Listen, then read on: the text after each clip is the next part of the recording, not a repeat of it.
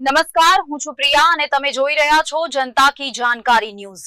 નજર કરીએ આજના સમાચાર ઉપર। દેવભૂમિ દ્વારકા જિલ્લામાં સનાતન સંત સમાજ દ્વારા સંસદ પરિસરમાં સાધુ સંતો અને સનાતન સંસ્કૃતિના કથિત અપમાનના વિરોધમાં જિલ્લા કલેક્ટરને આવેદનપત્ર પાઠવવામાં આવ્યું। સંત સમાજે જવાબદાર નેતાઓ સામે કડક કાનૂની કાર્યવાહી અને એફઆઈઆર નોંધવાની માંગ સાથે વિરોધ નોંધાવ્યો। દેવભૂમિ દ્વારકા જિલ્લાના ખંભાળિયામાં સનાતન સંત સમાજ અને હિન્દુ સમાજના આગેવાનો મોટી સંખ્યામાં એકત્ર થયા હતા। તેમણે રેલી સ્વરૂપે જિલ્લા કલેક્ટર કચેરી પહોંચી આવેદનપત્ર સુપ્રત કર્યું। આવેદનમાં સંસદ પરિસરમાં થયેલી કથિત ઘટનાને સનાતન સંસ્કૃતિ, ભગવા વસ્ત્રો અને સાધુ સંતોના અપમાન સમાન ગણાવી તીવ્ર વિરોધ વ્યક્ત કરવામાં આવ્યો।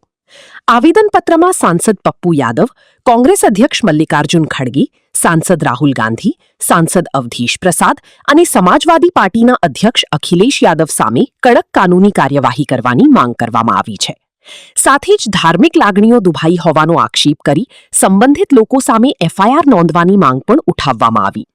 સંત સમાજે આવેદનમાં જણાવ્યું કે જો આ મામલે તંત્ર દ્વારા યોગ્ય અને સમયસર કાર્યવાહી કરવામાં નહીં આવે તો રાજ્ય તેમજ દેશભરમાં વધુ ઉગ્ર આંદોલન કરવામાં આવશે। આ પ્રસંગે મોટી સંખ્યામાં સાધુ સંતો અને હિન્દુ સમાજના આગેવાનો ઉપસ્થિત રહ્યા હતા।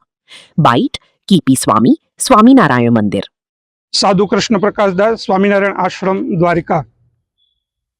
थोड़ा समय पहला भारतवर्षनु जे न्यायिक मंदिर है, राजनैतिक मंदिर जे संसदना परिसरनी अंदर पप्पू यादवे जे कृत्य कर्यु छे, मर्यादा पुरुषोत्तम रामचंद्रजी भगवाननी मूर्तिनु अपमान, साधुनो वेश धारण करी अने सनातन धर्मना पाया समान संतोनु अपमान एना माध्यमथी थयुं छे। एनी साथे मल्लिकार्जुन खड़गे होय, राहुल गांधी होय, राहुल गांधीए न क्षमा करी शकाय एवं कार्य कर्યું કે પપ્પુ યાદવ એ કટોરો લઈને બેસે અને રાહુલ ગાંધી એમાં દાન આપે। આ અમારા સંતોનું અપમાન છે।